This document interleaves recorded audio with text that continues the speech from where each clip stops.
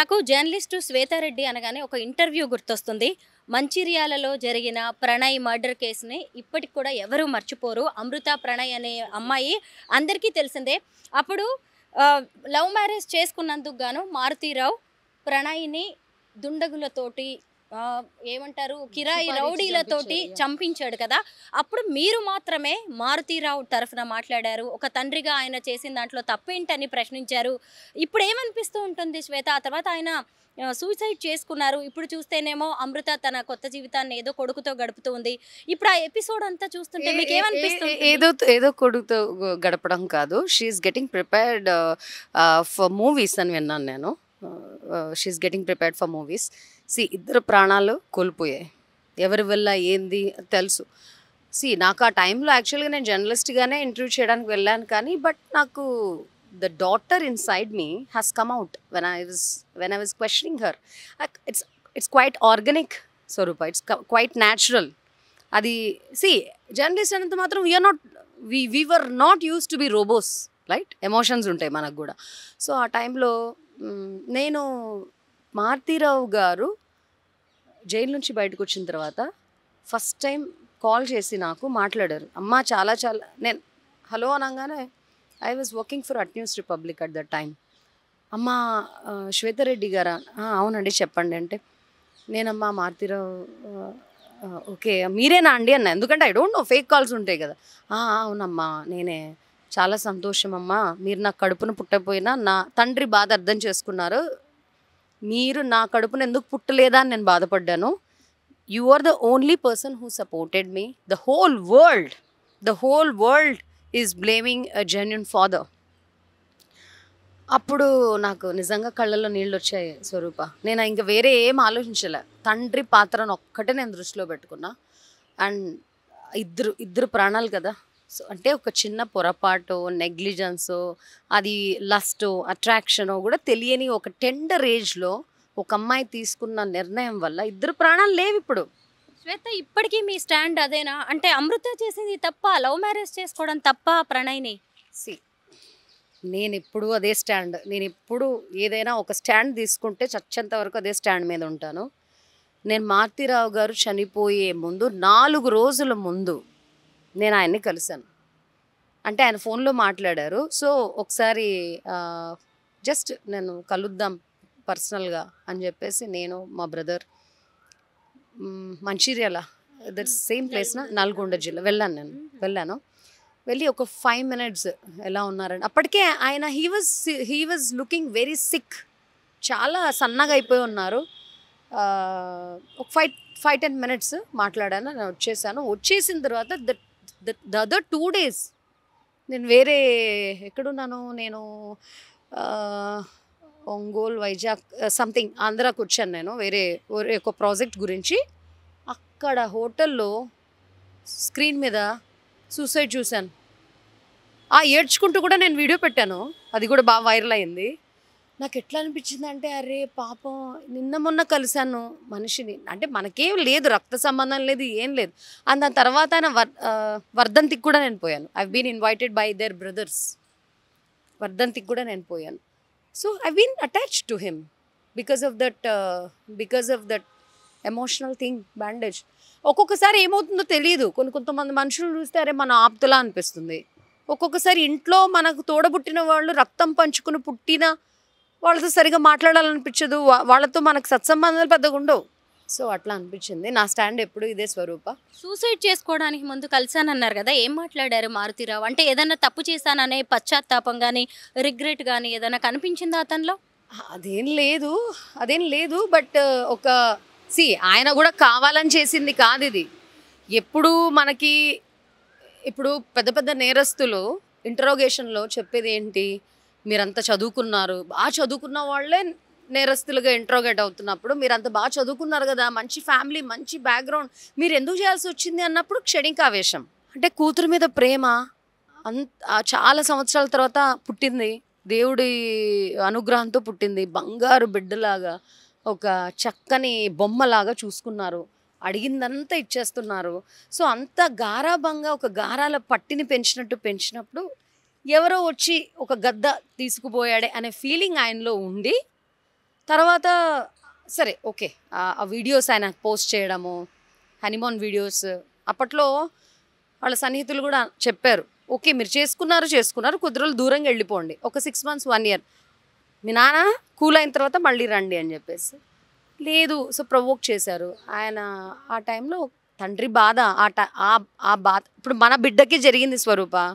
మనమే మారుతిరావు, మన బిడ్డను అల్లారు ముద్దుగా పెంచుకున్నాము, ఏమి తక్కువ చేయట్లేదు. అవతలోడు ఆర్థికంగా ఎట్లున్నాడో, ఆర్థికంగా మన బిడ్డను మనం చూసుకున్నట్టు ఆయన చూసుకుంటాడో లేదో. ఒక్క పూట అన్నం తినపోతేనే మన తల్లియో తండ్రియో అల్లాడిపోతామే. బిడ్డలకు వాళ్ళు తినపోయినా మనకు పెడతారు. తల్లిదండ్రుల గురించి టీనేజ్ వ్యక్తులు ఎందుకు ఆలోచించరు? నాకు చాలా బాధేస్తుంది. ఇన్ఫ్యాక్ట్ దీని గురించి ఎప్పుడు అడుగుతుంటారు వాసు వెంకు.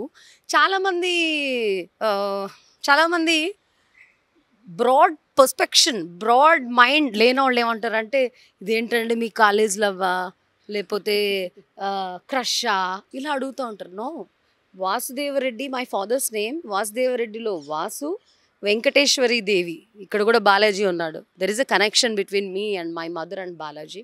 వెంకటేశ్వరి దేవి దురదృష్టవశాత్తు మా అమ్మ 2015లో చనిపోయారు. మా నాన్న ఇప్పుడు అమ్మ నాన్న everything. Is a retired food safety officer, Telangana state. So అమ్మా నాన్నకు మించి ఏముంటారు? ఈ ఆ మారుతీరావు, ఆ అమ్మాయి, ఆ తండ్రి కూతురు ఇన్సిడెంట్ చూసి చాలామంది నేర్చుకోవాలి. మారుతీరావు లాగా చాలామంది తల్లిదండ్రులు, నాకు చెప్పాను కదా, ఒక అద్భుతం జరిగే ముందు అవరోధాలు ఎక్కువ వస్తుంటాయి, అవమానాలు కూడా వస్తాయి. కొద్దిగా తట్టుకొని నిలబడితే స్టేబుల్గా, దాని తర్వాత నిజం మెల్లమెల్లగా బయటకు వస్తుంది. ఫస్ట్లో నాకు అన్ని నెగిటివ్ కామెంట్స్. అప్పుడు నీకు అసలు మనసుందా, నీకు నువ్వు అదా, నువ్వు ఇదా, ఏంది ప్రేమకుల్ని విడదీస్తున్నావా, నేనేం పట్టించుకోలేదు. తర్వాత స్టార్ట్ అయింది తల్లిదండ్రుల వర్షన్. మారుతీరావు ఏదన్నారో వాళ్ళు కూడా, అమ్మా నువ్వు మా కడుపునందుకు పుట్టలేదు.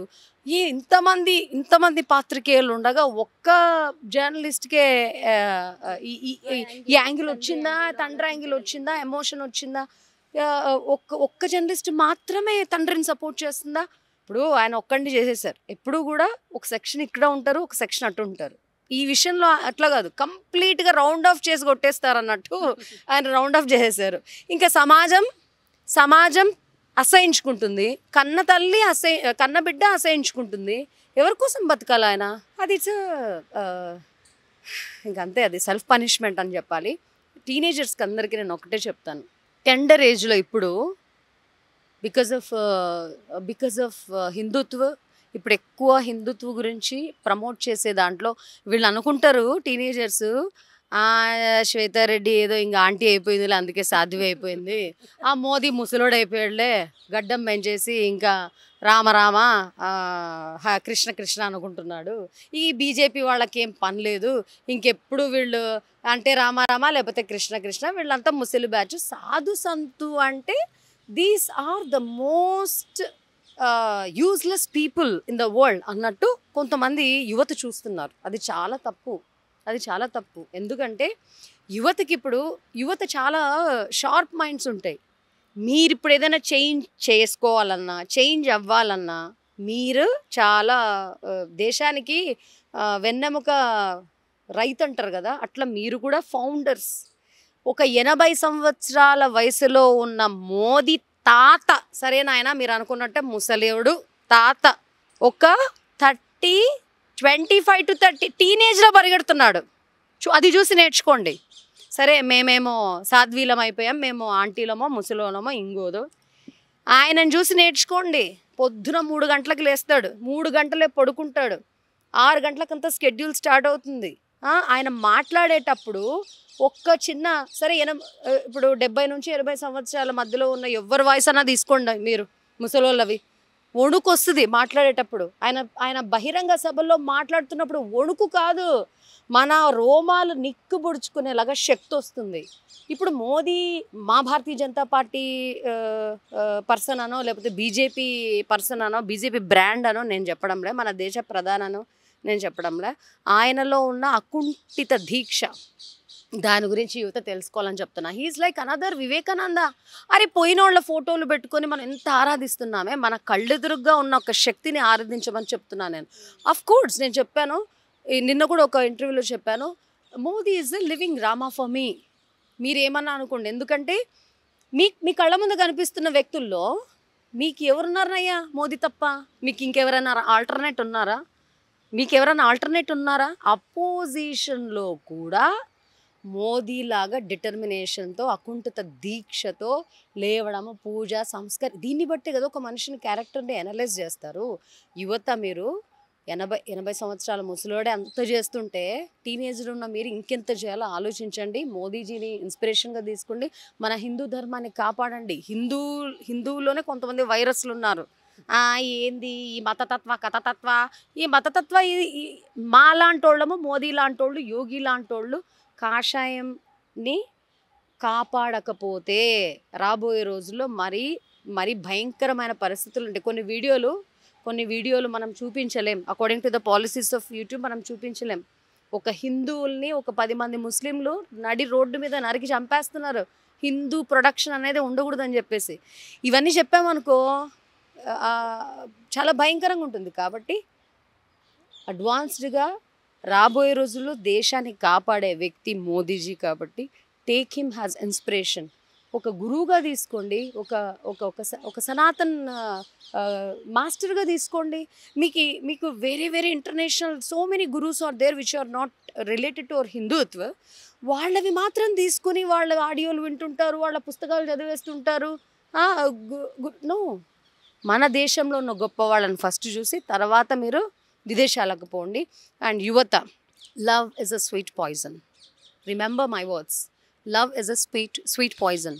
మనకు జన్మనిచ్చిన కన్న తల్లి తండ్రి దైవంతో సమానం. వాళ్ళ మనసు బాధ పెట్టే పని మీరు ఏది చేసినా మీరు సక్సెస్ గారు. అది ఇట్లనే అవుతుంది.